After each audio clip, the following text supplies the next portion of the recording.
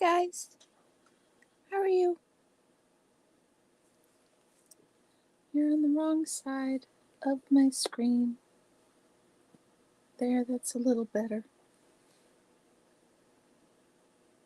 What's new with y'all? We have got a lot of things to read.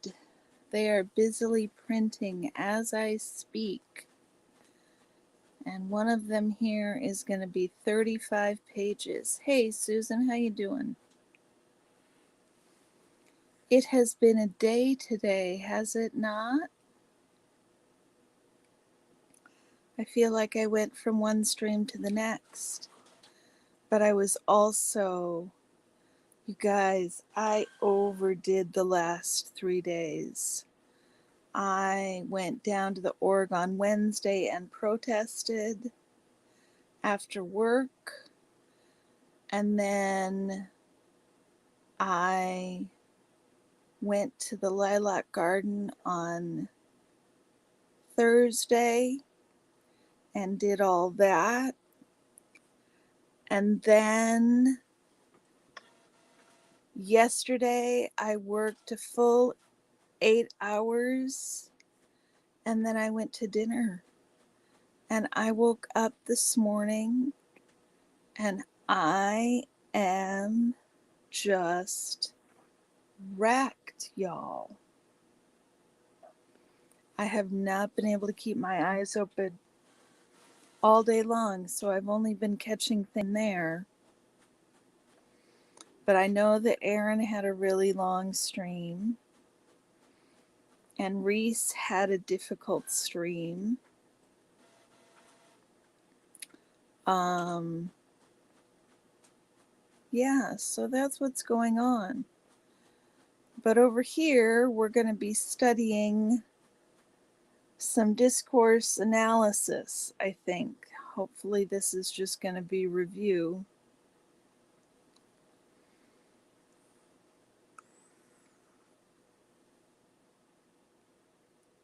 What's going on with everybody else today? Any news to talk about? Anything interesting you guys want to discuss?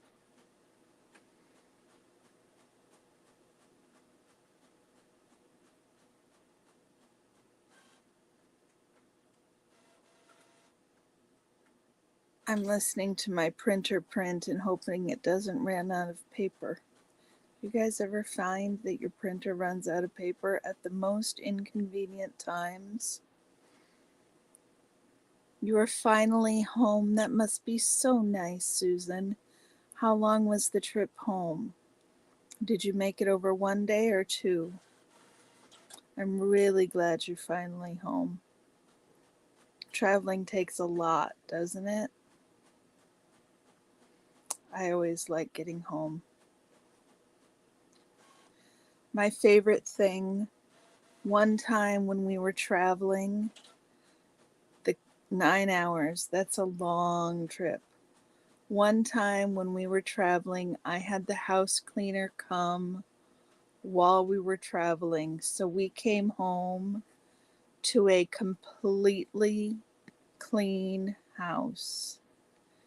And it was literally one of the nicest experiences of coming home I've ever had.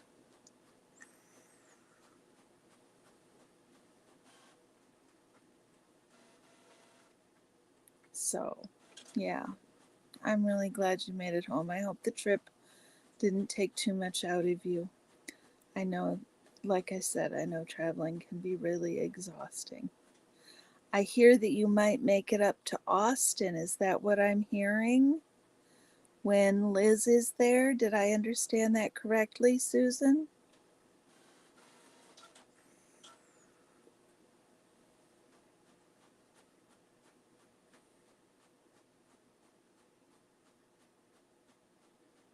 Good. That's so exciting. I'm so excited to hear that. I lost track of what would be nice, though. I'm terrible. I'm not even high and I can't keep a hold of my can't keep a hold of my threads. Y'all are the best for understanding that I can't keep a hold of my threads. I had a nice time with my girlfriends yesterday. Oh, clean house. Yes. It was so nice. It was really nice. I love it when we can afford a housekeeper. My friend just came back from living for several years overseas, and she says one of the things that she misses the most, she misses her housekeeper and her cook because it's so inexpensive to hire help overseas.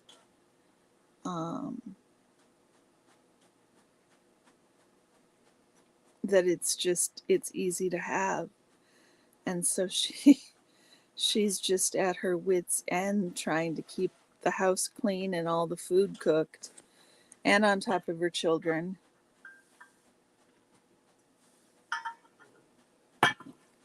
What did they say about my YouTube?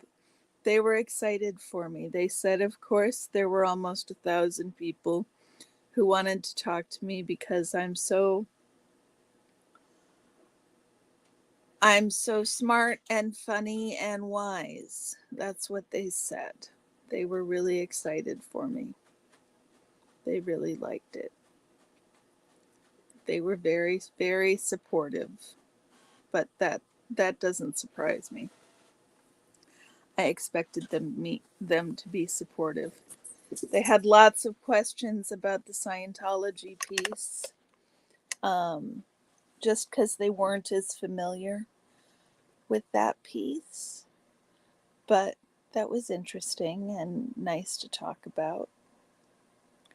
I think Soda's going to come grace us with his presence. I think he is.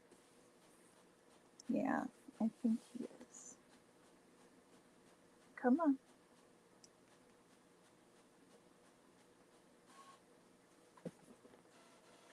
There he is. There he is. Come on. Come on. Yeah. There's a beauty. There's a beauty. Mm-hmm. You know, you sit right in front of the screen and then I can't even see what people are saying. It's very embarrassing. Yes, it is. Everybody wants to hear you purr, though. Yeah.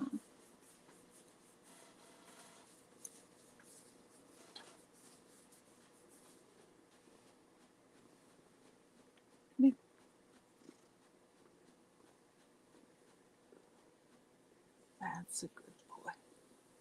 I don't know if anyone else is here. It says there's 5 people here. Um, but it feels like it's just you and me.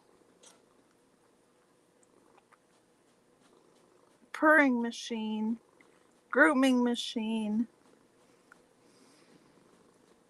I don't know if you can see him trying to clean my nose all up.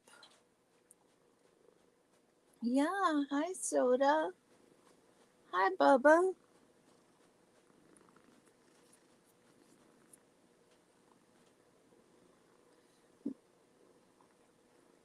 Hi Pamela, how are you?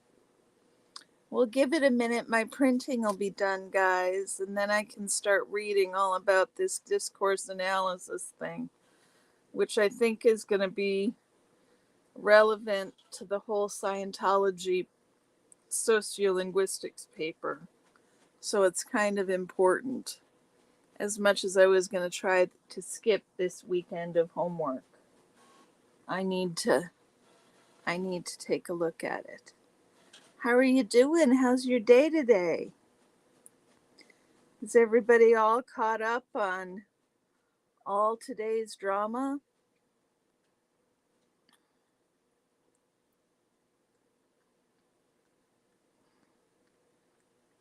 Okay, so my nose is clean. My nose is, you don't need to bite it. It's okay. It's perfectly clean. It's perfectly clean. How's your day going, Pam?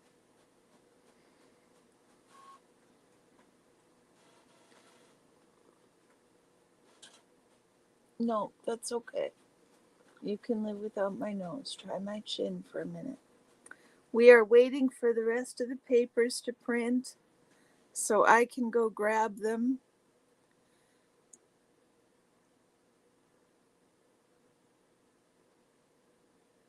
Tracked Heather from Phoenix to LA. Yeah, I saw she was doing that.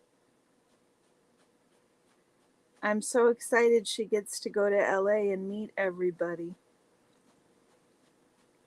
I keep thinking I should do that, but it's quite a bit more of a trip to try and do that than it is from Phoenix to LA, from Portland to LA. I mean, I know it can be done, but one day seems awful fast, and 2 days is 4 days there and back. It's just too much. If it was 6 hours, that might be different. But 12 to 14 is a little long for a day trip. Yeah, it's a long haul. It's unfortunate. It's unfortunate. Even just going to San Francisco is a long haul. Although Brain Fog is talking about coming up to Portland this summer, which would be quite lovely. It would be quite lovely. Orion, hush.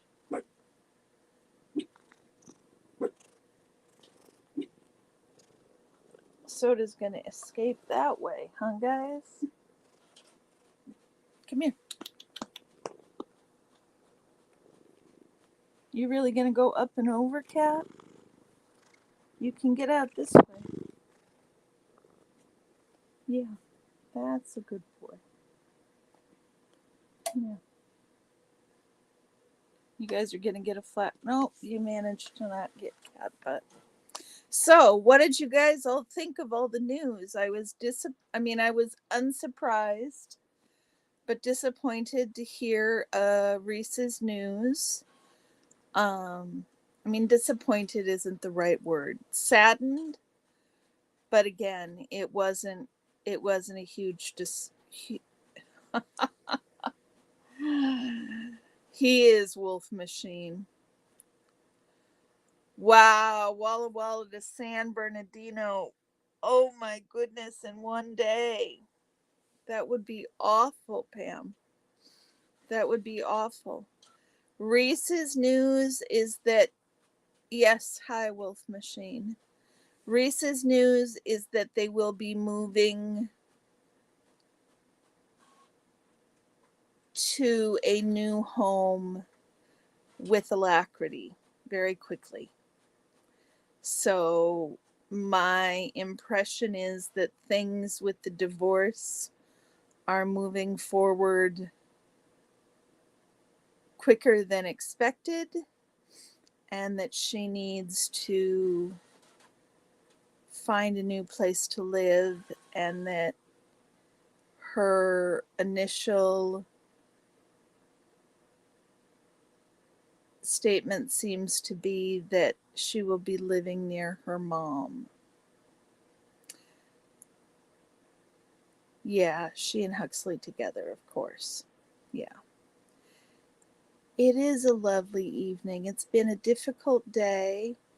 Hey, Rika, how you doing? Are you feeling any better? I've had a difficult day. I overdid it the last 4 days. And so I have been paying for it. And just now I am getting to printing off my homework and getting started on the reading, which is going to make everything about tomorrow much more chaotic. Um, I do not think that that's something that's going to happen. I don't think they're going to finish the school year at the same location. Hold on a second, guys. I'll be right back.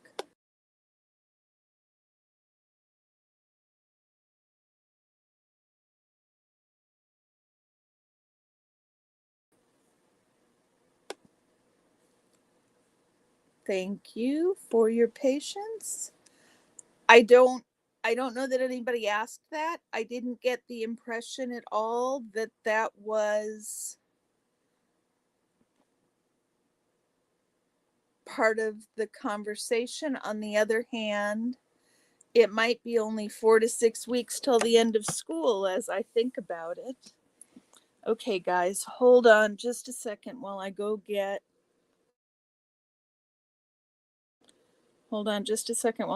what's printed.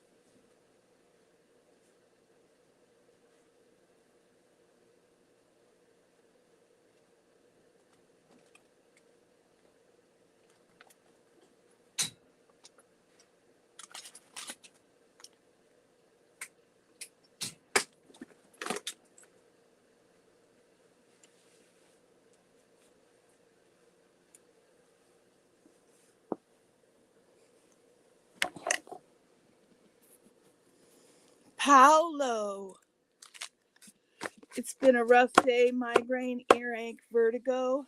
I'm sorry, Rika. I'm sorry. It's miserable weather here today, too, guys. It's like 50 degrees. If we play school baseball, it could be tough on him. But maybe he's willing to make that sacrifice for the well-being of his family. He's a mature kid. Yeah. It hadn't occurred to me that this was baseball season and that there's only 4 weeks of school yet left. Paolo, hola mia, minha querido, would that be right? Sequencing in conversational openings. The weather is just really nasty. Really unpleasant. It's like 50 degrees and rain.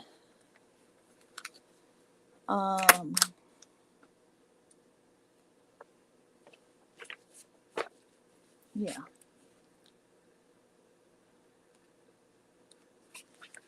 So I'm supposed to read these 2 articles.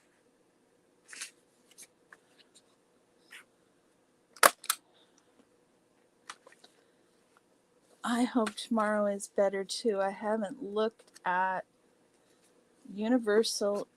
I haven't. It is, although, have you seen for next weekend? The problem is Lisa is leaving this weekend. And so this is our last chance to, okay, guys, I need to get up one more time. I forgot to give the dog any water when I got up. Hold on just a second.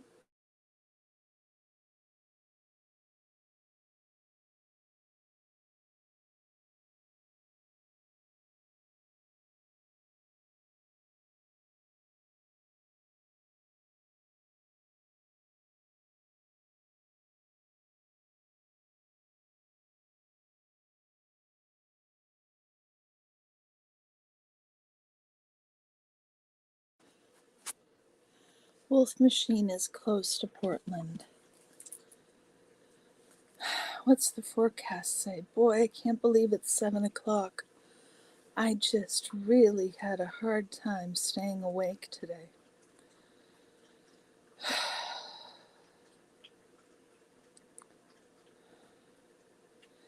Less of a chance of rain tomorrow.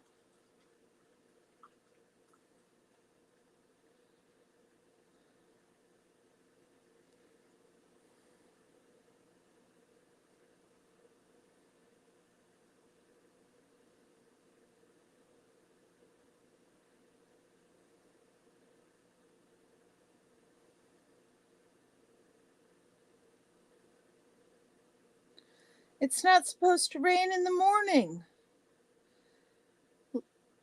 Rika, it now says it's not supposed to rain until tomorrow night. No rain during the day.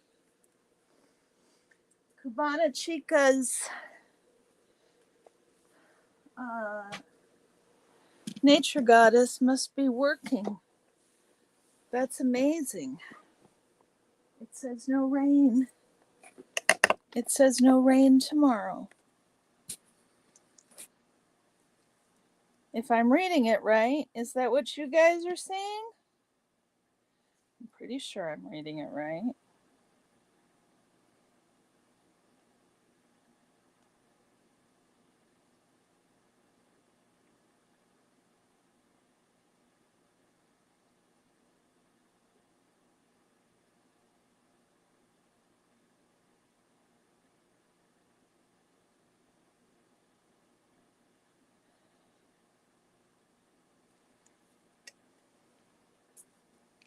This summer, that'll be good, Wolf Machine. I will enjoy that.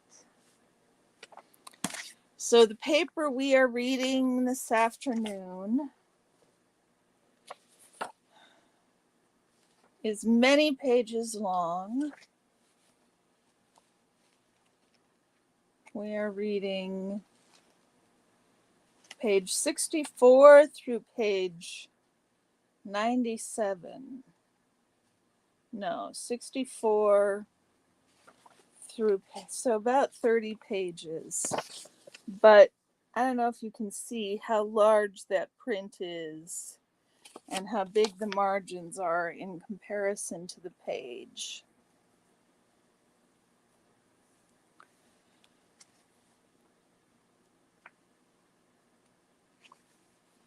I hear that there will be additional people in town next weekend, Rika. Is that what you hear as well?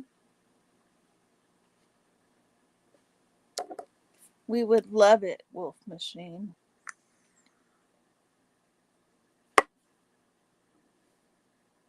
I think the four of us are getting a little tired.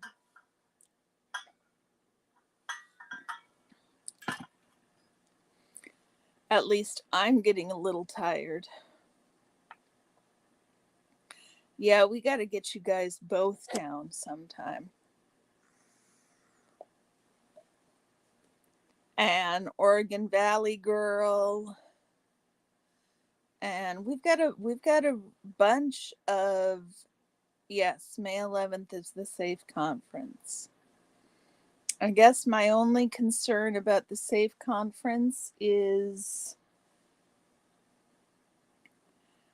that I'm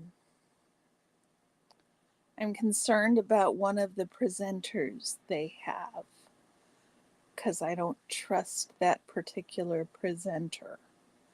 But I know that people are coming down for that conference. So I'm curious if people are going to be down helping to protest.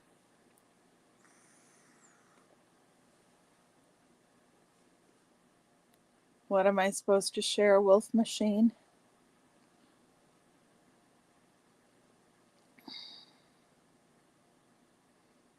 Because like I say, you guys, I forget my reference. Reference. Hey, Jen, how you doing?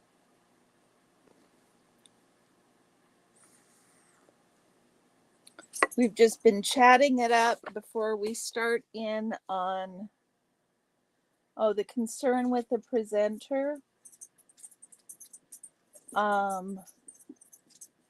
Yeah, that's the thing. I don't want to come down. Wolf Machine, we'll talk about it. Give me a minute. The conference is on the 11th, and I don't want to protest on the 12th. So I think the people who are going to be in town. Hey, Red, how you doing? I expect that the people who are going to be in town for the SAFE conference are not going to be down at the org protesting between 9 and 5 on Saturday, because the conference is between 9 and 5 on Saturday. And so my thought is that they'll be out protesting either Friday or Sunday. And I'm not going to be down protesting on the 12th. I'm just not going to give up. I'm going to spend Mother's Day with my kids. So I hope that you guys don't think that I'm lame or not giving enough to the cause, but I am going to spend Mother's Day with my kids. And Wolf Machine, what I will say is that Chris Shelton is one of the presenters at the SAFE conference.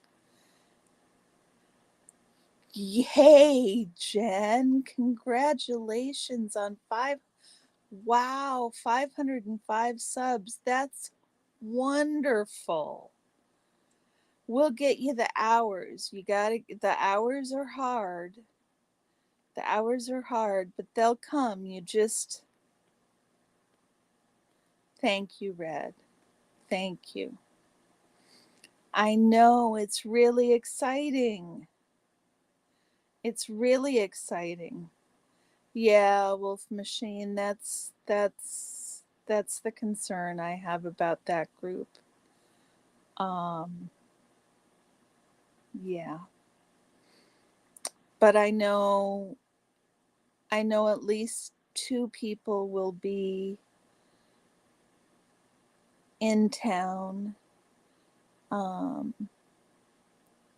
to participate in that conference. And I expect that if y'all watch, you'll see them show up at the org, which is great. I'm really excited that they're going to do it. I'm just disappointed to some extent that my expectation is it's going to be on Mother's Day. And like I said, I'm not going to go down to the org on Mother's Day. I was going to have to work on Mother's Day.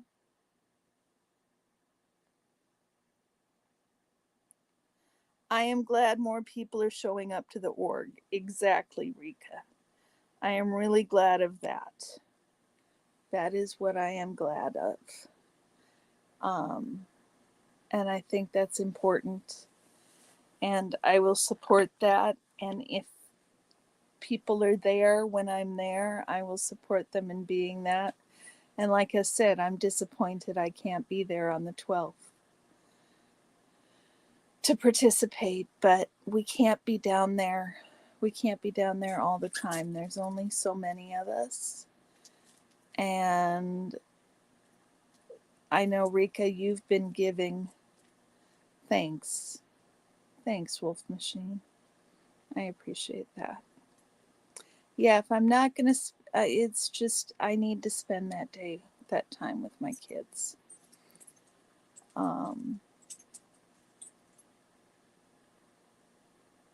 Or family does come first. And I'll be able to spend some time down there on Saturday, but let's not. I wouldn't go down on Christmas. I wouldn't go down on Thanksgiving. Family's what we need to do. Hi, Paolo. It's good to see you as always. It's really good to see you. Maddie, I hope I've said hi to you. I saw you come in.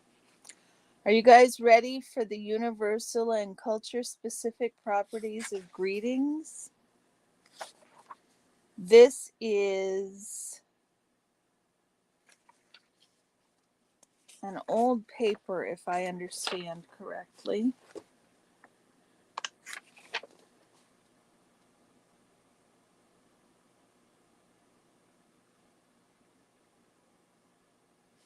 No, it's not that old. How you doing, Dawn? Did everybody see Reese's announcement today?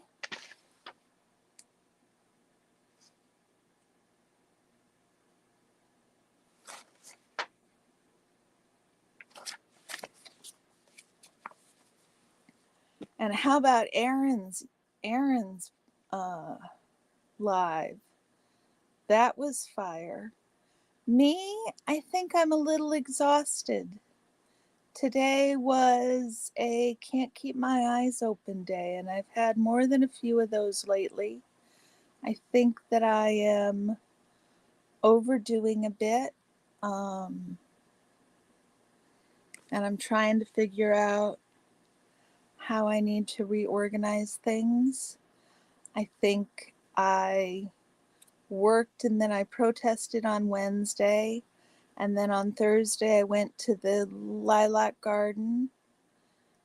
And then on Friday, I worked an 8-hour day and went to dinner. So that was 3 days in a row of doing a lot. Oh, yeah, you guys hit the like button. I appreciate that. I don't know how come there's so many in here, so many of you in here today. Self-care is important, Red. How'd I like the lilac garden? I wish the attacks would stop too, Pamela. Aaron's live was informative, is a good word for it, Pamela. I think that the lilac garden was a beautiful garden. I think that had I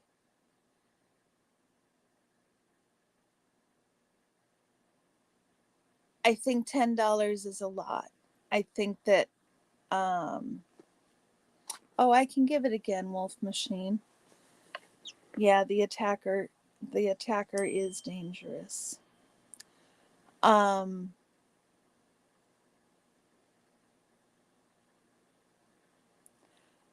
I think that it seemed that a lot of the lilacs had already bloomed. It seemed like there weren't very many lilacs for a lilac garden.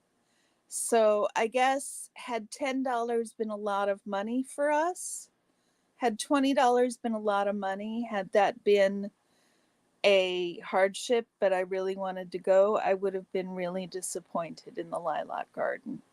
As it is, we considered it a donation and we brought home 4 lilacs. So it wasn't awful.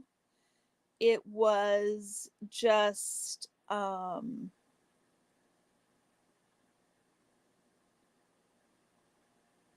not what I expected. I was expecting like a rose garden, lilac garden. And it was no, I didn't go in the old house because they only had tours in the afternoon between like 1 and 4, and we were done by 11:30 or noon. And so we didn't stay to do the old house. I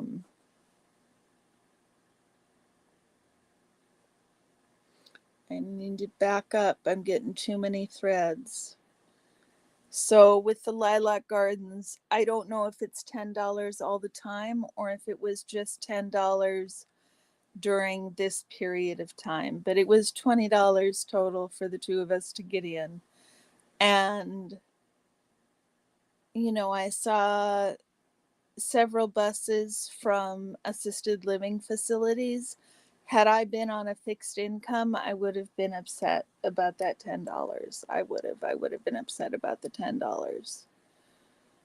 Um, yes, the attacker that stole Selfless Self's phone and spit on uh, Pearl Snappy is dangerous.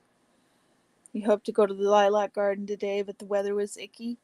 Pamela, try one day during the week this week, and it may be that their later season lilacs are starting to bloom. Um, but really only go if you're really wanting to get some lilacs. It was beautiful, but it wasn't what I expected. It wasn't what I expected. Wolf Machine, I'm going to make you bold so I don't remember to give you an update about that.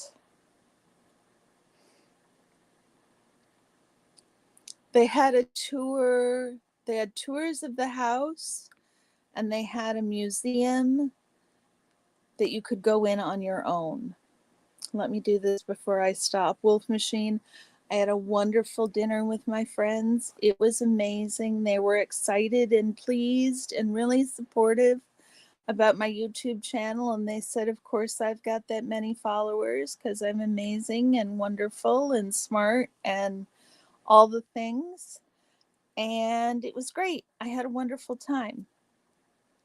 And they were really excited about you guys and really curious about Scientology. And it wasn't all we talked about, so that's probably about it. Sunrise Dawn, I'd love it if you'd email me the link to that. You glad you went back in the day? Yeah. Yeah. Tours, yeah, they had tours. Exactly. I would have been upset. Yes, the tour through the house is only in the afternoon. Lori, how you doing, girl? I haven't seen you in so long. I haven't seen it in so long. The Rhodey Garden by the golf course and Reed College is nice. Unfortunately, you think they now charge you to go in most times. I don't know where that is, Love Maddie. Can you email it to me? Can you email it to me? Thank you. You're so busy, Lori. I'm sorry about that.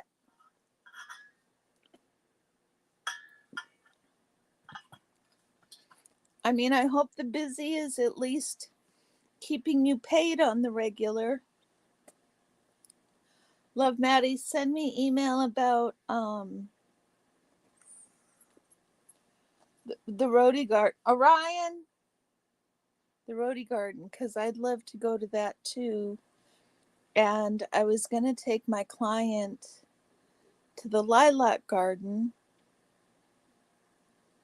but she's on a fixed income, and I really don't want her to spend her $10 on the Lilac Garden. If the Rhodey Garden is nicer, then we'll go do that instead. The person who sent it to you was Mrs. Bramlett Jr. Okay. Okay. He's approached Selfless Self before. That's interesting. That's interesting. I don't think we should be surprised that Crystal Springs Rhododendron Gardens. Hold on. You guys can tell the important things, right? We haven't gotten to the study stream yet, but I'm certainly writing down the number, the information for the rhododendron gardens. Thank you. Thank you, Sunrise Dawn. I got it. Crystal Springs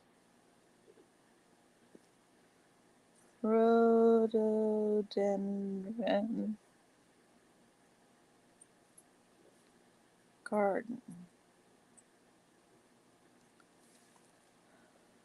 That guy's been around a while.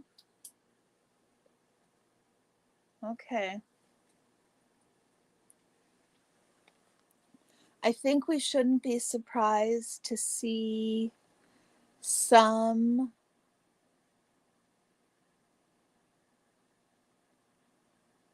level of harassment and attacks from homeless and mentally ill people that we see around the org all the time. Not that I'm suggesting that, I'm just suggesting that I don't think we should be surprised about that. I think that it's bound to happen. I'm thankful that it hasn't yet happened in Portland, and it's something I'm hyper conscious of every time I'm down there. The Scientologists scare me as much as the unknown population down there. 5801 Southeast 28th.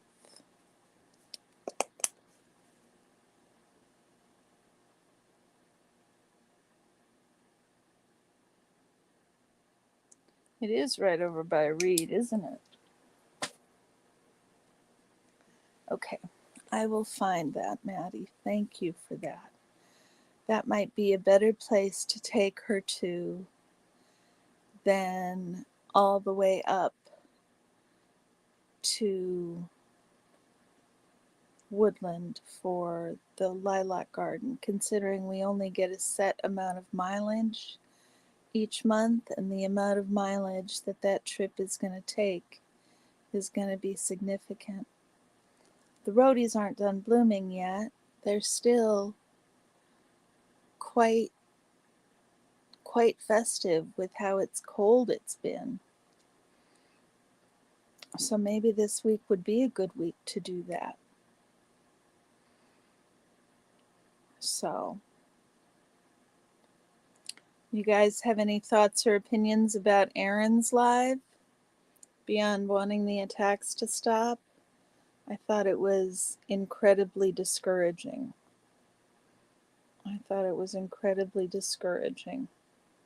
Was not news I liked to hear at all.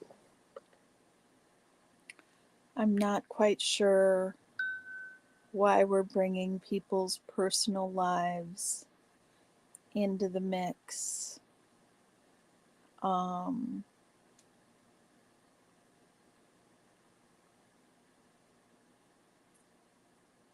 Oh, thank you, Jen. I can't wait to see him. In fact, let me look. Yeah, Aaron's live was mind-blowing, wasn't it? It was mind-blowing.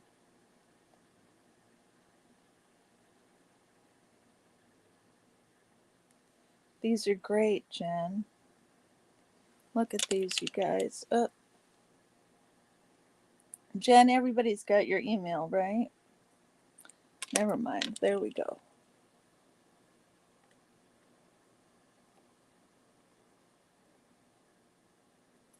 Look at those.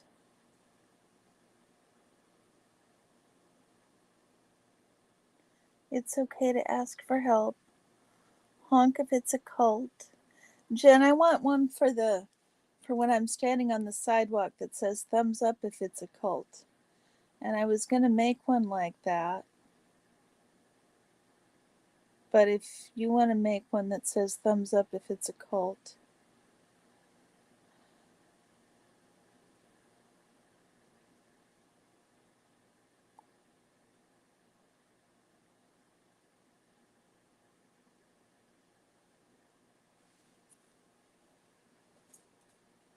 Jen always. Thank you, Jen. Aren't they great? Jen does the best work. Okay, guys, you ready for this lecture on universal and culture-specific properties of greetings? You think you guys can keep your eyes open for this lecture? Let's see how it goes. It should be immediately applicable to our current circumstance, but in which way I'm not sure yet.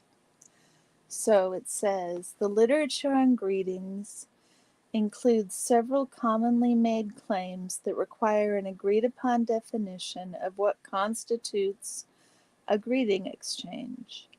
I propose 6 criteria for identifying greetings across languages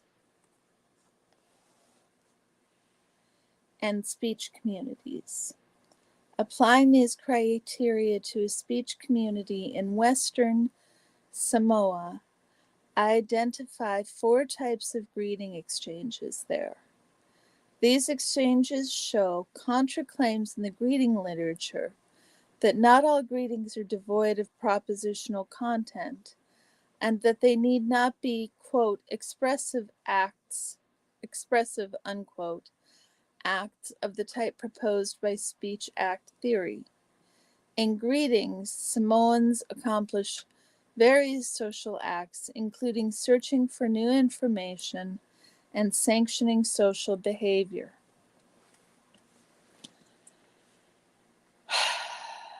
There is widespread, so that's the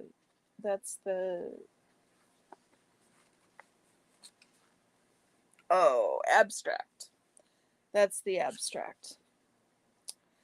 There is a widespread evidence that greetings are an important part of the communicative competence necessary for being a member of any speech community. They are often one of the first verbal routines learned by children, and certainly one of the first topics introduced in foreign language classes. They are also of great interest to analysts of social interaction, who see them as establishing the conditions for social encounters. It is not surprising, then, to find out that there is a considerable number of ethological, linguistic, sociological, and ethnographic studies of greetings. Robert, you're sweet. But despite the attention greetings have received in the social sciences, there is to date no generalizable definition of greetings, and therefore no systematic way for deciding what qualifies as greeting in a particular speech community. Nonetheless, researchers have felt at ease identifying greetings in different languages and providing hypotheses about what greetings do for or to people. In this article, I suggest that this has been possible due to the widespread belief that greetings are verbal formulas with virtually no propositional content, Searle, 1969, or zero referential value, Yusuf et al., 1976. Students of greetings have argued that people are either not believed to mean whatever they say during greetings, or they are seen as lying, see Sachs, 1975. In fact, I will argue these claims are not always tenable. As I will show, not all greetings are completely predictable and devoid of propositional content. Before making such a claim, however, I must establish some independent criteria by which to determine whether a given expression or exchange should qualify as a greeting. Short of such criteria, critics might always argue that the apparent counterexamples are not greetings at all. In what follows, I first briefly review the existing literature on greetings in a variety of fields and identify some of the factors that contributed to the common belief that greetings are formulas with no propositional content. Then I introduce 6 criteria for identifying greetings across languages and speech communities. Using these criteria, I go on to identify 4 types of verbal greetings in one community where I worked in Western Samoa. In discussing the 4th blatantly Samoan greeting, the "where are you going" type, I will argue that it blatantly violates the common expectation of greetings as phatic, predictable exchanges, and I show that it functions as an information-seeking and action control strategy. Finally, I examine a Samoan expression that has been translated as a greeting in English, but seems problematic on the basis of ethnographic information, and I show that, as we would expect, it does not qualify for some of the criteria proposed in this article. Previous studies. The literature on greetings can be divided among several methodological and theoretical lines. In what follows, I will briefly review the contribution of human ethologists, ethnographers, conversation analysts, and speech acts theorists. In the ethological tradition, exemplified by Irenaeus Abel Ebersfeldt's work, greetings are studied as a means to uncovering some of the evolutionary bases of human behavior. By comparing humans with other species and adult-adult interactions with mother-child interaction, greetings are defined as rituals of appeasing and bonding that counteract potentially aggressive behavior during face-to-face encounters. The presupposition here is that humans and animals alike live in permanently phylogenetically encoded condition of potential aggression or fear of aggression, and, were it not for such adaptive rituals as greetings, individuals would be tearing each other apart. Fear of aggression is also used by Kendon and Ferber to explain eye gaze aversion during certain phases of human encounters. People look away just as primates and other animals do to avoid the threat of physical confrontation. And by Firth and others to interpret the common gesture of handshake across societies as a symbol of trust in the other. This line of research is characterized by 2 features: a focus on nonverbal communication, for example, Abel Ebersfeldt's study of the eyebrow flash, which is often analyzed independently of the talk that accompanies it, the assumption of shared goals between humans and other species, and the assumption that the same type of greeting behavior will have the same origin, motivation, or explanation across situations.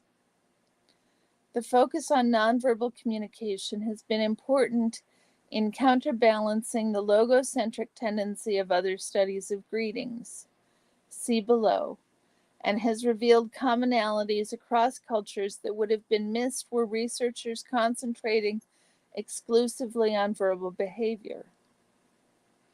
The second feature, namely the assumptions that humans and animals share similar goals, presents other kinds of problems.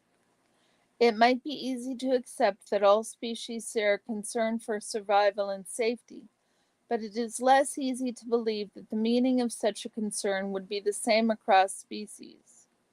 For instance, Firth, Goffman, and others suggested that greetings in all societies are about continuity of relationships, but the representation, conceptualization, and perception of continuity by humans are likely to be much more complex than those found in other species, partly due to the use of human language.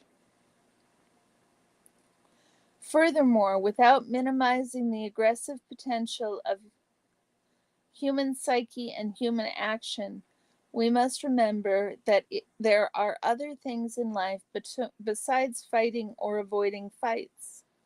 Hence, even if we accept that greeting behavior might have phylogenetically originated from avoidance behavior, we still must demonstrate that such an origin is relevant to the specific context in which a particular greeting is used. A second set of studies of greetings is ethnographically oriented. These studies can be descriptive in nature, focusing on culture-specific aspects of greeting behaviors, but they also share an interest in a few potentially useful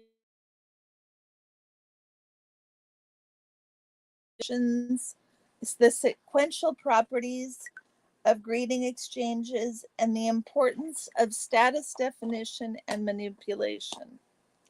This is particularly true of two classic studies of African greetings. Esther Goody's 1972 comparison of greeting and begging among the Ganja and the Lagdaga, a stratified and an acephalous society, respectively. I've got several words that I've gone by that I don't understand, guys. And Judith Irvine's study of Wolof greetings. Ethnographically oriented studies tend to highlight the importance of identity definition in greetings. Some of them also reveal the subtle ways in which greetings are connected to or part of the definition of the ongoing or ensuing activity.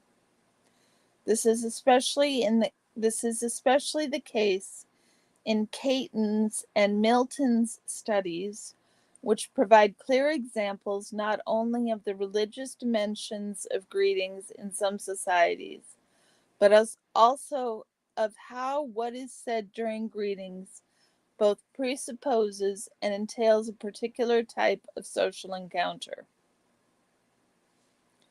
The emphasis on the sequential nature of greeting exchanges is the most important contribution of the work of conversation analysts.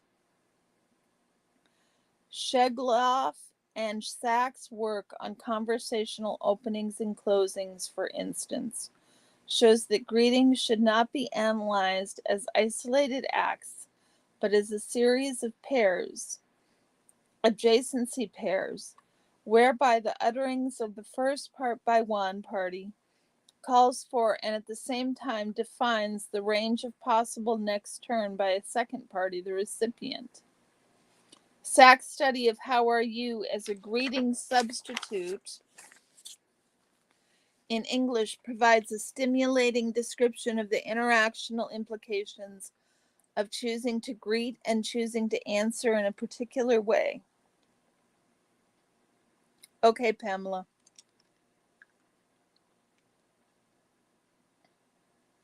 We learn why answering fine has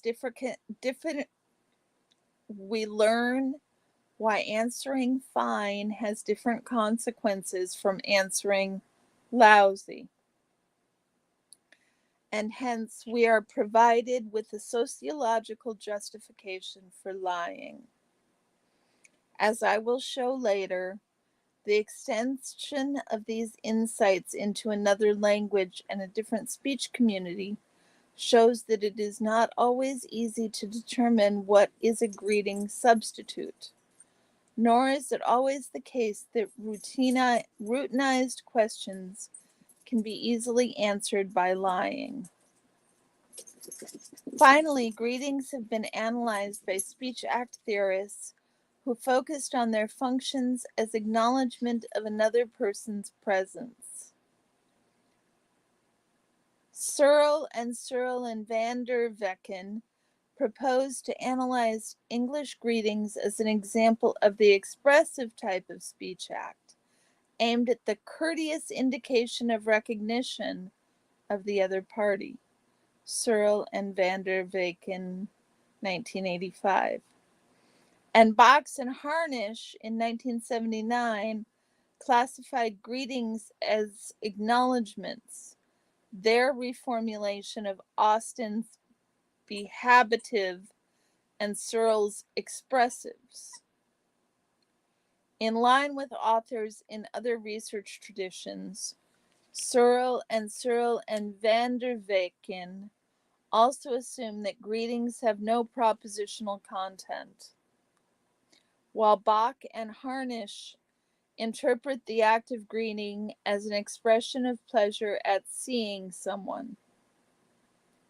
The claim that greetings have no propositional content, or almost zero referential value, is at least as old as Malinowski's introduction of the notion of phatic communication, a concept that was originally meant to recast speech as a mode of action, a form of social behavior that establishes or confirms social relations and does not necessarily communicate new ideas. The problem with the characterization of greetings as phatic, and hence merely aimed at establishing or maintaining contact, is that it makes it difficult to account for differences across and within communities in what people say during greetings. Finally, the view of greetings as an act that displays pleasure might make sense in some contexts, and especially in those situations where verbal greetings are accompanied by smiles and other nonverbal as well as verbal displays of positive affect. For example, the English nice to see you. But it might not be generalizable beyond such cases.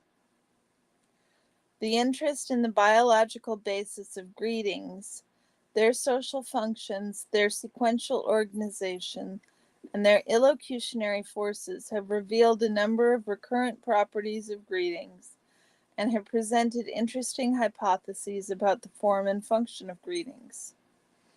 At the same time, the emphasis on the social functions of greetings has contributed to the trivialization of what people actually talk about during greetings. If the only or main goal of greeting is to acknowledge another person's presence, what is actually said during a greeting may be seen as socially insignificant.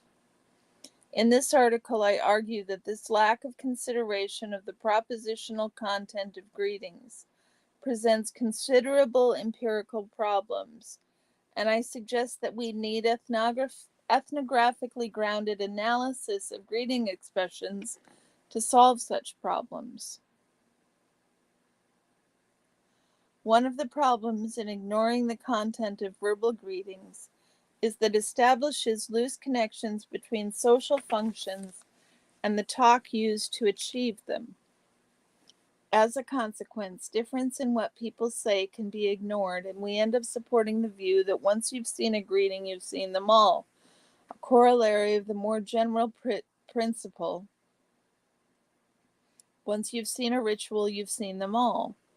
Hence, bother with the study of different societies, given that all you need can be found in your own backyard. The context for understanding what people say during greetings is nothing more or nothing less than the culture that supports and is supported by the encounters in which such greetings occur, or that are constituted by them.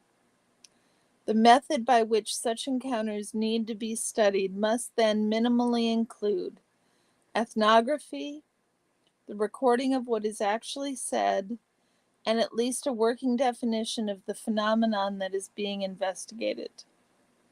Too many of the existing studies of greetings are based either on observation, interviews, or field notes without the support of film or electronic recording, or on recordings without proper ethnographic work.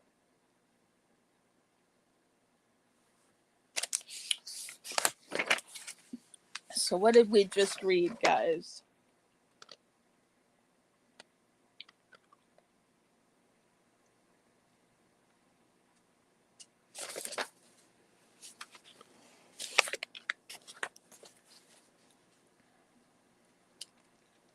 A whole bunch of stuff.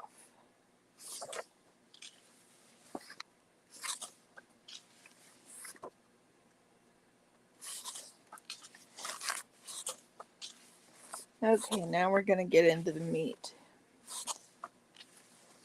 He just laid out his stuff. Now we're going to get into the meat. Y'all still here? Seems some of you are here.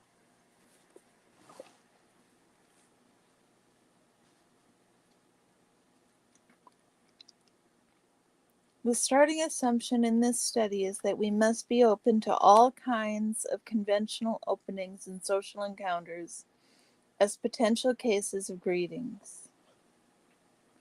Although some speech communities have activity-specific items that are used only for greetings, the American English hi and the Italian ciao, for example, the existing literature shows that many communities do not have such expressions, and what people say during greetings might be identical to what is being said during other kinds of speech activities. The English "how you're doing" be an example of such a type.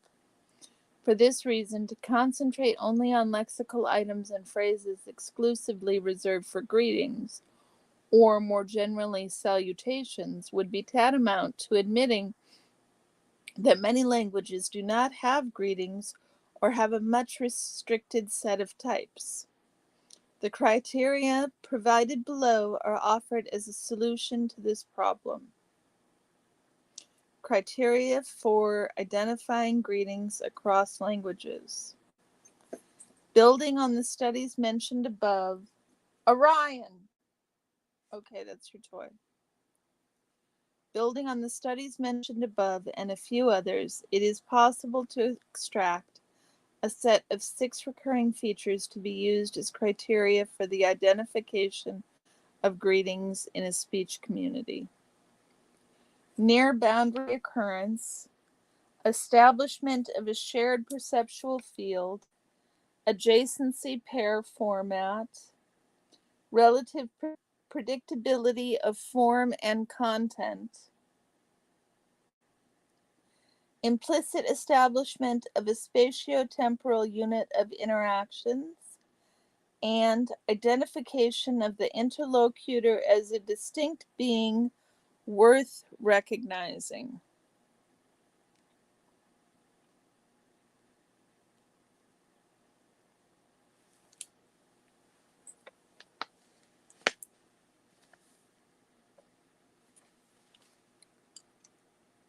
As will become apparent in the following discussion, some of these features could be grouped into larger categories. For example, features 3 and 4 and 6 cover what is actually said in greetings, whereas features 2, 5, and 6 are reformulations of what other authors have identified as potential functions of greetings. In addition, features 1 and 5, and in some ways 2, define the spatial and temporal organization of the exchange. Although future studies may prove the need to regroup or even eliminate some of the distinctions that I am proposing, for the purpose of this article, I have chosen to keep the 6 criteria distinct to ensure a broader spectrum of potentially relevant cases. Finally, I should mention that although both verbal and nonverbal aspects of greeting behavior were taken into consideration in the choice of defining features, later on in the article I will favor verbal over nonverbal aspects of greeting. This is simply due to my efforts in this case to draw attention to the importance of the specific verbal expressions used in greetings and is not meant to undermine the importance of gestures and motion in the analysis of social encounters, which I have addressed elsewhere and intend to return to in the future. Criterion 1, near boundary occurrence. Greetings are routinely expected to occur at the beginning of a social encounter, although they may not always be the very first words that are exchanged between parties. This first feature of greetings is related to their potential function as attention-getting devices and their ability to establish a shared field of interaction. As defined here, greetings must then be distinguished from closing salutations or leave-takings, despite the fact that in some cases the same expression might function as both opening and closing salutation.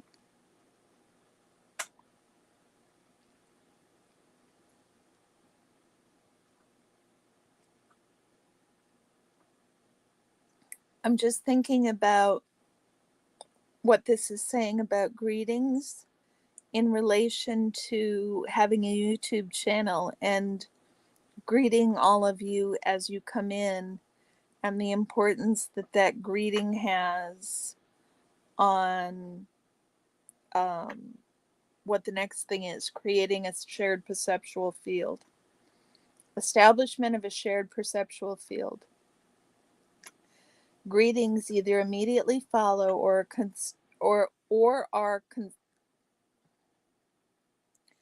greetings either immediately follow or are constitutive of the interactant's public recollection. Greetings either immediately follow or are constitutive of the interactant's public recognition of each other's presence in the same perceptual field, as shown by the fact that they are usually initiated after the parties involved have sighted each other. In some cases, making recognition visually available to the other party may constitute the greeting itself, with a toss of the head, a nod, or an eyebrow flash. In other cases, visual recognition is followed by verbal recognition. There are other differences, however, in the timing of the verbal exchange vis-a-vis other forms of mutual recognition or verbal interaction. In some cases, talk may be exchanged before the actual greeting takes place.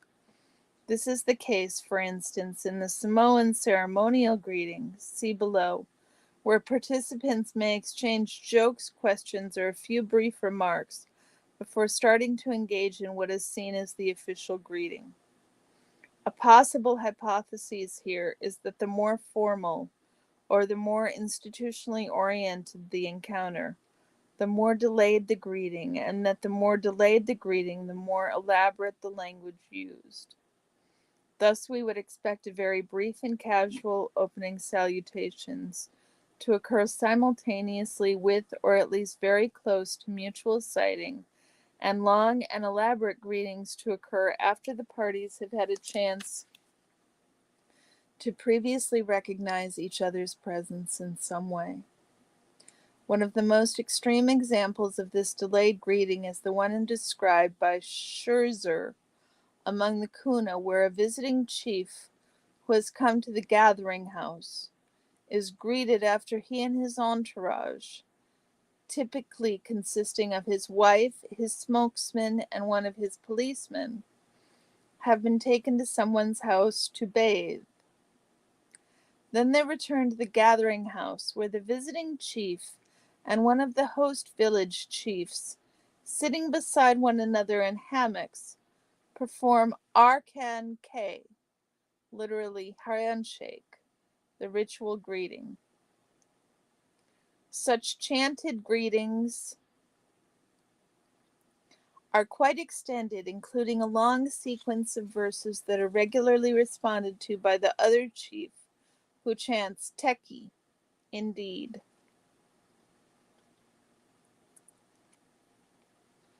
Observationally, this property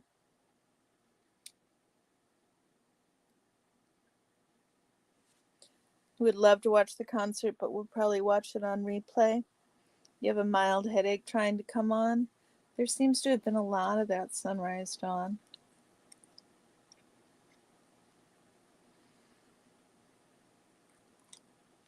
Observationally, this property of greetings is a good index of the function of the greeting and the type of context and participants involved.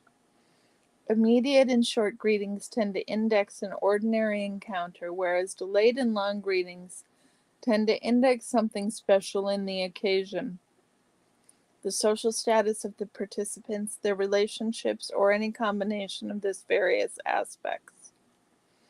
This idea of greetings as reciprocal recognitions could be an argument in favor of Bach and Harnisch's 1979 classification of greetings as acknowledgments.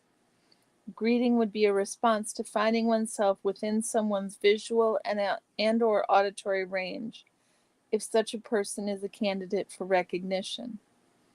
As we shall see, the view of greetings as acknowledgments does not apply the acceptance of Bach and Harnisch's view of greeting as a universal expression of attitudes or feelings. Criterion 3, adjacency pair format. Although it is possible to speak of a greeting by one person. Yes, indeed, Lori. Headache relief wishes indeed.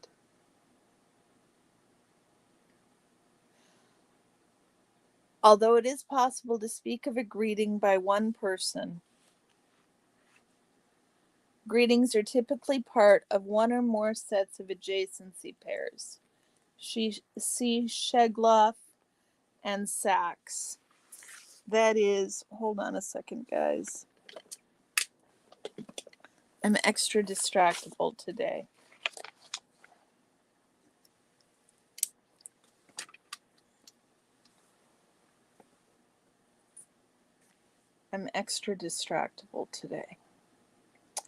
Jen, you are fabulous.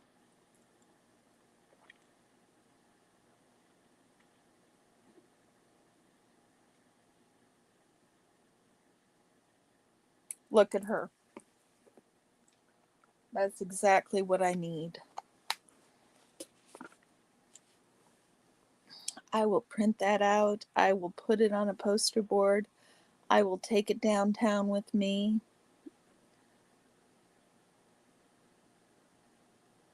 Hankala, it's nice to see you here. Welcome.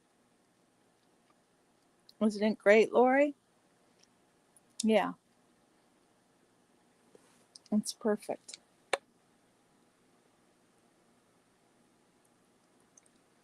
Criterion 3, adjacency pair format.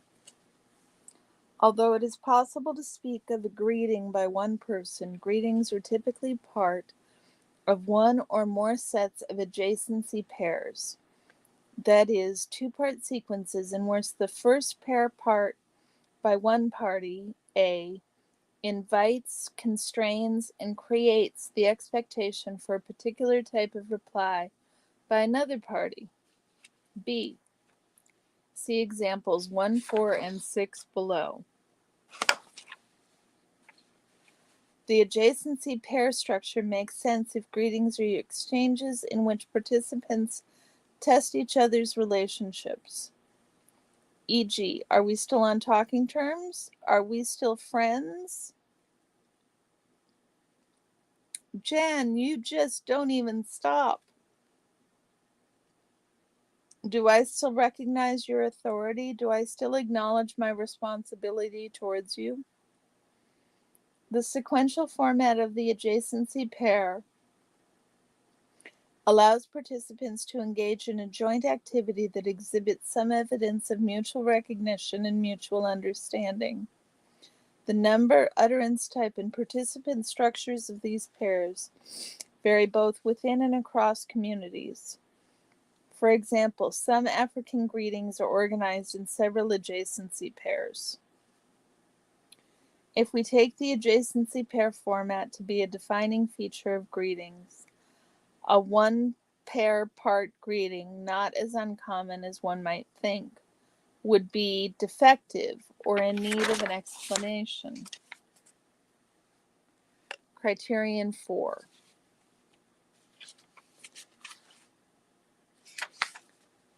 Since what is said during a greeting or part of a greeting exchange is highly predictable compared to other kinds of interactions, researchers have often assumed that greetings have no propositional content and their denotational value, to be assessed in terms of truth, can be largely ignored.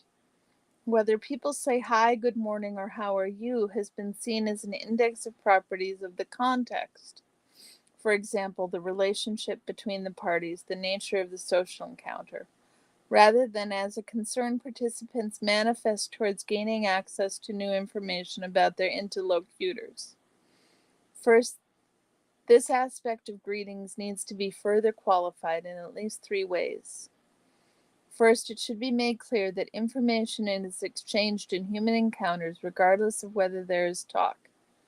Even when there is no speech, there are usually plenty of semiotic resources in an encounter for participants to give out information about themselves and make inferences about others. Such semiotic resources are based on or include participants' mere physical presence, their gestures, posture, and movements, their clothes, the objects they carry, or the tools they are using. Second, there is information exchanged beyond the propositional content of what is said. For example, prosodic and paralinguistic features are a rich source of cues for contextualization. Finally, even common formulaic expressions can be informative. In fact, if we start from the assumption that what is said and done in any human encounter lives along a formulaic creative continuum, greetings might simply be interactions that tend to fall towards the formulaic side. We cannot, however, in principle assume that because greetings are formulaic, they are always completely predictable, they have no information value, or that the participants have nothing invested in the propositional value of what is said. First, the fact of considering an exchange highly routinized does not make its content completely predictable or uninteresting for social analysis, a point well illustrated by Bourdieu's analysis of gift exchange and Shegloff's discussion of telephone openings. It is still important to ascertain how participants manage to achieve the expected or preferred outcome. Second, the occurrence of certain routine and highly predictable questions and answers during greetings does not imply that the parties involved do not exchange some new information. Third, whether or not the participants are interested in the information that is being exchanged should be an empirical question and not an unquestioned assumption. Criterion 5. Implicit establishment of a spatio-temporal unit of interaction. The occurrence of greetings defines a unit of interaction.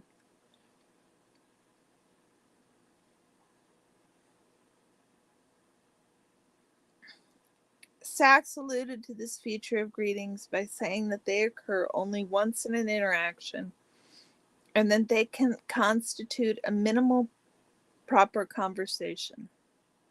More generally, greetings clearly enter into the definition of larger units of analysis, such as a day at work, different parts of the day with family members, or even extended interactions over several months, for example, when done through email. That the unit is something more complex than a continuous stretch of time is shown by the fact that 2 people exchange meetings in 2 different places during the same day may in fact exchange greetings again.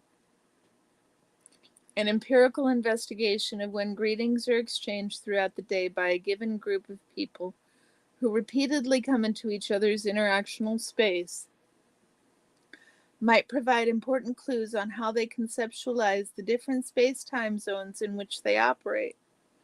It might also give us a sense of the relation between natural units such as day-night cycle versus cultural units such as a meeting. Criterion 6. Identification of the interlocutor as a distinct being worth recognizing. The occurrence of greetings and the ways in which they are carried out typically identify a particular class of people. Syntagmatically, a greeting item might be accompanied by address terms or other context-dependent and context-creating signs that identify participants as belonging to social groups of various sorts. Paradigmatically, the very use of greetings, as opposed to their absence, identifies a group of people as members of the class of individuals with whom we communicate in public or public arenas. That this is more than a tautology may be shown in various ways, including Sachs' arguments that in English, the people we greet with the substitute greeting, "How are you?" constitute a class he called proper conversationalists.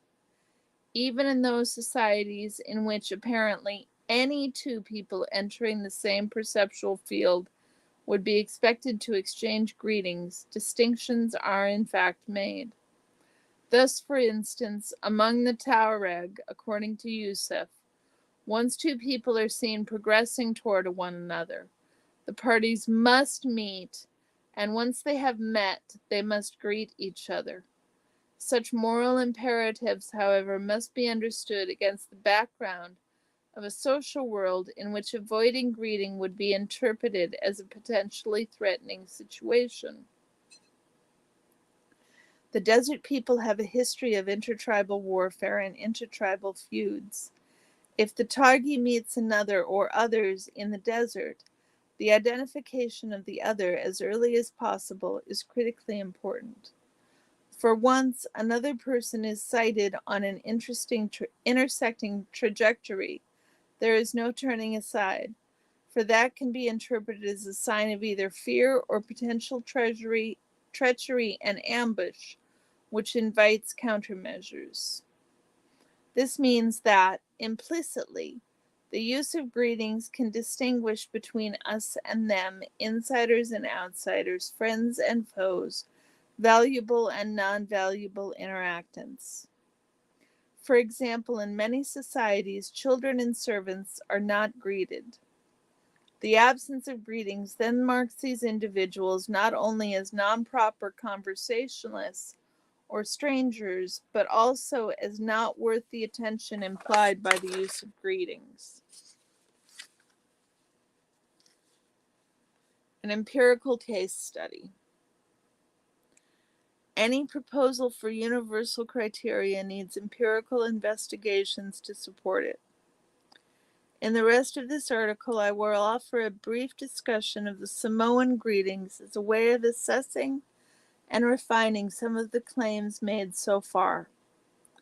In particular, I will be concerned with two main issues: the relationship between universal features and culture-specific instantiations of such features, and two, the distinction between verbal expressions that are greetings and those that, although they might look like potential candidates, are not greetings. It should be understood that what follows is not an exhaustive study of Samoan greetings. Such a study would require a project expressively designed with the goal of collecting all types of greetings used in Samoan communities. In fact, as far as I know, such a comprehensive project has never been attempted for any speech community. Although the data discussed here are drawn from a range of interactions originally recorded for other purposes, they do contain a considerable number of exchanges that qualify as greetings according to the above-mentioned criteria. Furthermore, in using Samoan data, I have the advantage of relying on previous studies of a language in context carried out by myself or other researchers. 4 types of Samoan greetings. On the basis of the criteria mentioned above, I examined audio and videotape data collected in a Western Samoan community during 3 periods for a total of a year and a half of field work. I identified 4 types of exchanges that can qualify as greetings: Te Lofa greetings, ceremonial greetings, Mahalo greetings, and where are you going greetings. The analysis presented here is also based on my own observation of and participation in hundreds, if not thousands, of Samoan greeting exchanges. Before discussing these 4 types of greetings, I need to mention a few basic facts about the community where I work. More detailed information on this community may be found in Durante 1981 and 1994, and in Ox 1988. For a more comprehensive ethnography of Samoan social life, read Shore 1982. Despite modernization and a considerable amount of syncretism in religious and political practices, members of the Western Samoan community where I carried out research still hang on to traditional Polynesian values of family relationships and mutual dependence.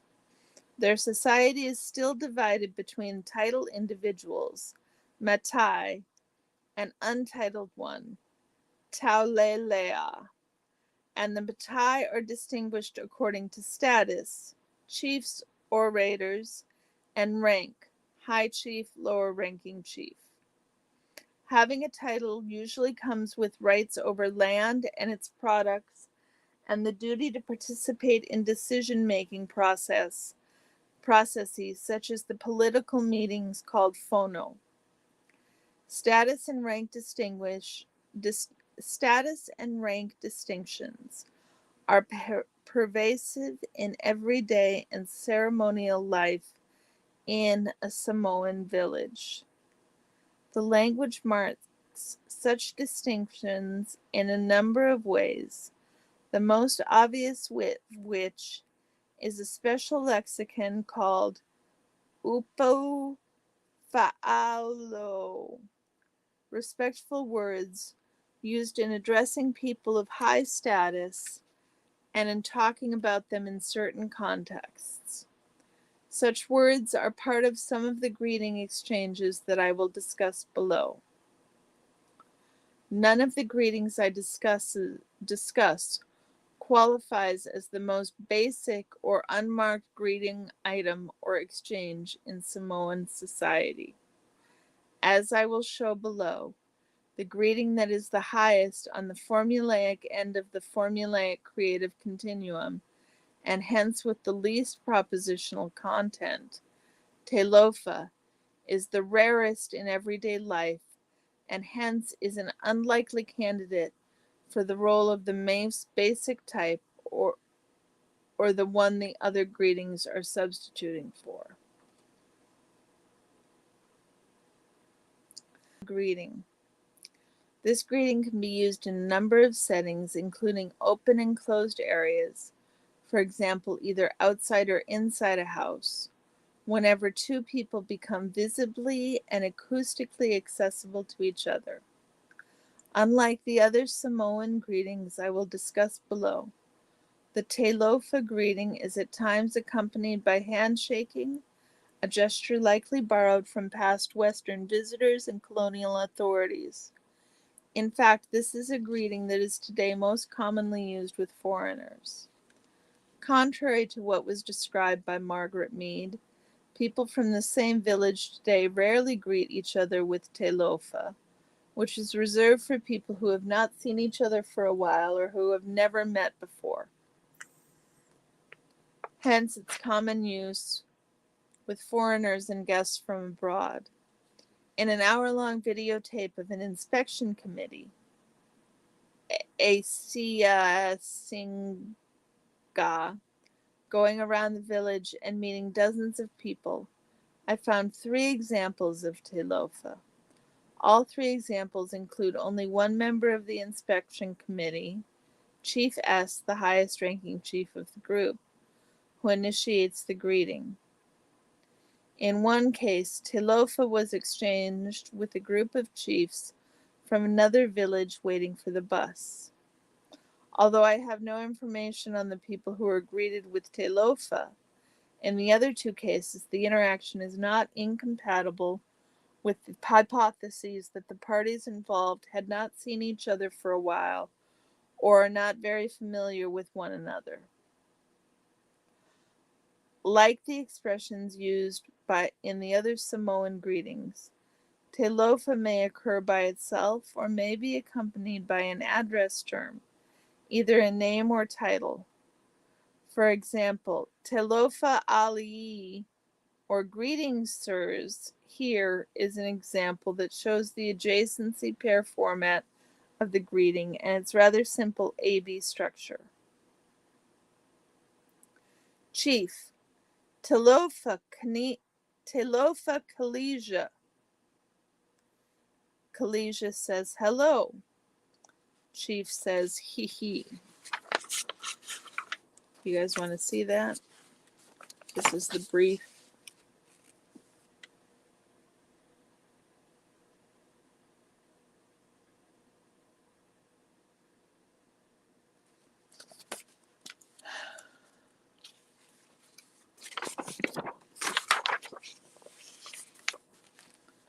Telofa is a homophonous. Telofa is a homophonous with, and probably derived from the expression Telofa or Telofe, usually pronounced Kalofa and Kalofe, respectively, used to display empathy for someone who is judged to be suffering or under any form of distress. This other use of the expression Telofa is found in the following excerpt from the same transcript, where a member of the inspection committee invites the others to feel sorry for the old woman, Litcha, who got up at dawn in order to clean her lawn in time for the committee's inspection. As shown by the following comment by Chief S, Tulaya's sympathy is not shared by everyone else. In the next turn, Chief S proposes, albeit with some hesitation, to fine Litcha. Inspection. The orator Tulai sees the old woman Litya, here pronounced Likya, cutting the grass. Tulai says, "Hey, feel sorry for Litya. She got up at dawn too." Chief S says, but she should be fined. Litya says, "We shouldn't be doing things in the morning." This example shows that it is not the occurrence of a particular expression that defines an utterance as a greeting. Whereas in one, Chief S uses Telofa as the first pair part of a greeting exchange with Kalesia, in two, the orator Tulai uses Telofa as an attempt to draw sympathy for the old woman Litcha, but not to greet her. In fact, the ensuing interactions with Litya does not contain a greeting. In an apparent response to the men's comments, Litya's first turn in line 3 is a negative assessment of her being up and running early in the morning, which can be interpreted as veiled apology. In his Samoan English dictionary, G.B. Milner suggests that Telofa is a compound made out of the words te, strike, and alofa, love and have compassion. Te could also be the first person singular positive affect pronoun. In this case, the long a would be accounted for by the combination of two consecutive a, ta, and alofa. telofa, originally meaning poor me feels sorry. Although telofa as a greeting does not have the same meaning of telofa as an expression of empathy, and therefore looks like a good candidate for a word with very little or no propositional content, specialized for greetings, its rarity in everyday life makes it an unlikely candidate as the unmarked greeting in a Samoan speech community. Cat, how the hell are you? It has been a minute since I have seen your beautiful and lovely face. What have you been getting up to? What's the news? I'm going to keep reading while you write, Cat. I'm going to have a drink.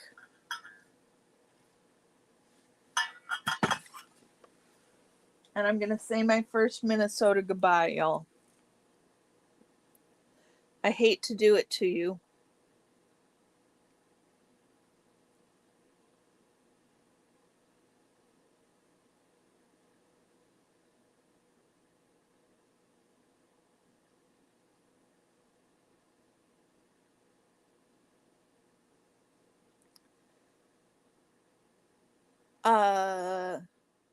Sunrise Dawn, I got your message loud and clear, and I was already kind of on that course of action. So no worries about it at all if you're still here. You still here, Sunrise Dawn?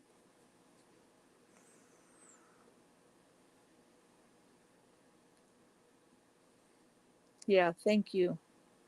Thank you. Things are getting a little dicey. Good. You're caregiving for a wonderful 97-year-old lady. That's so great, Kat. You're going to be sporadic for the till the 23rd. That's amazing.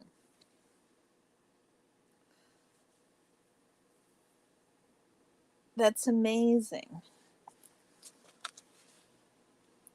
97. I bet you she's keeping you on your toes. She must be sprightly. You're back, Lori? That's great.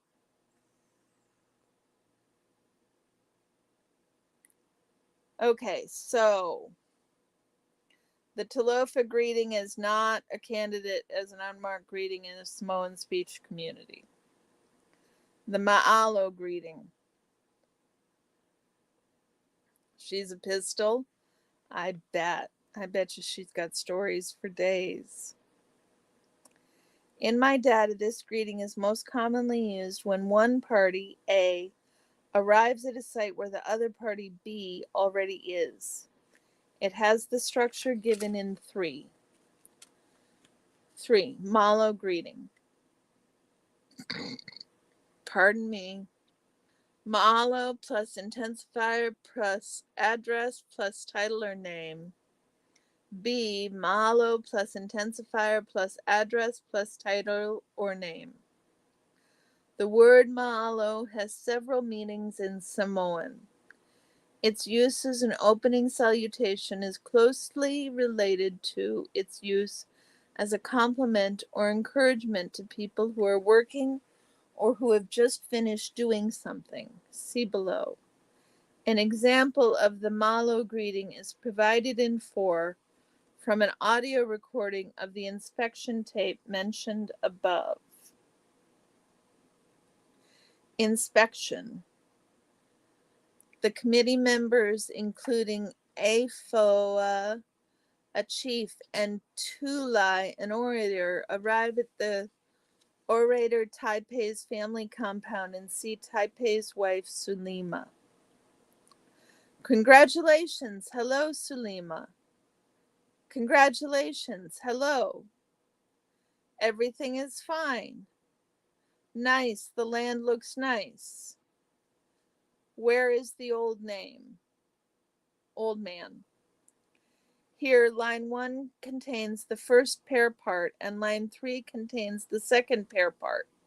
In this case, the structure of the exchange is malo plus name, first pair part, malo, second pair part. In other cases, we might find more complex turns, not only with names, but along with titles and intensifiers. Congratulations, Mr.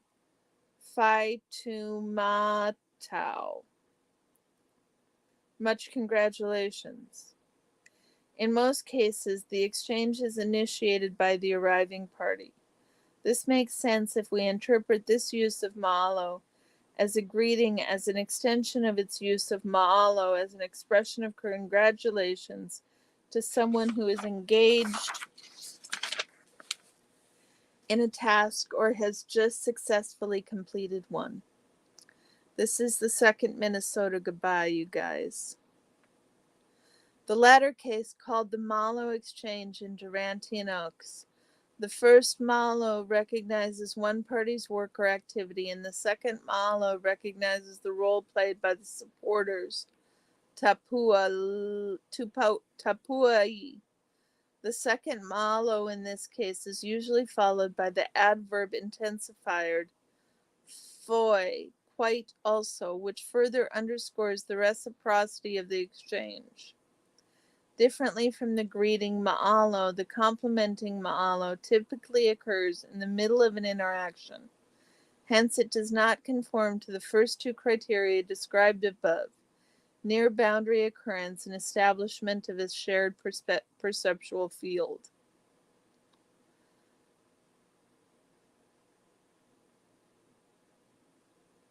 Third Minnesota goodbye, you guys. I know we're going fast, but I am fading. But when the complementing malo does occur at the beginning of an encounter, it can function as both a compliment and a greeting. An example of this use of malo is provided in excerpt 7, where the woman Amelia surprises the inspecting committee. See the repair particle in oi in Chief Afoa's response, by initiating the interaction with a congratulating malo. This malo is followed by the display of the reason for her congratulations, namely their inspecting or visiting.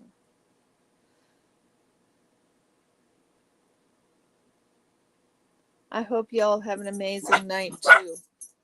That is the end of my Minnesota goodbye, y'all, and that's why it's been such a fast one. People are home, and so we need to go and do the people home things. That is important. I will see you all tomorrow. We'll see about finishing up the rest of this. Hopefully I'll be downtown tomorrow. That is my plan. It was an interesting topic, Rad. It was an interesting topic. Thank you all for being here.